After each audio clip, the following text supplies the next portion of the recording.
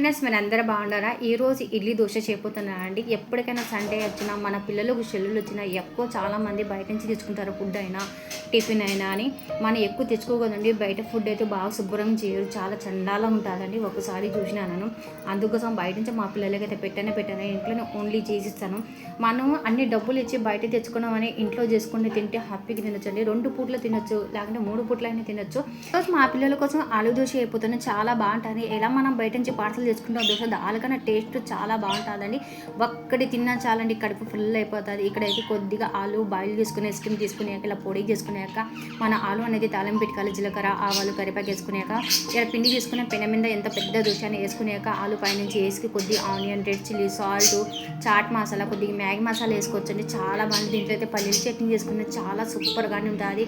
పిల్లలకి చాలా ఇష్టంగా తింటారండి. మీరు ఏం చేసినారో అంటే కామెంట్ చేసి చెప్పండి. వీడియో నచ్చింది లైక్ చేయండి, షేర్ చేయండి, సబ్స్క్రైబ్ చేయండి.